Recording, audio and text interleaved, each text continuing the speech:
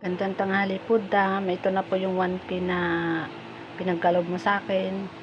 Nakabili na rin po ako ng disposable na baso, tapos bigas, tapos itlog, macaroni, gatas, na iba, saka repolyo, saka carrots. Tapos ang manok, nandun pa po sa pinag-bilang ko.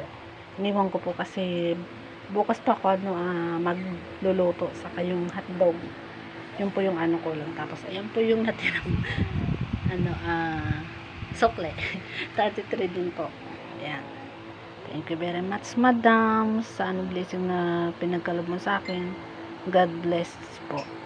And happy wedding anniversary po sa inyong dalawa ni Sir Joseph.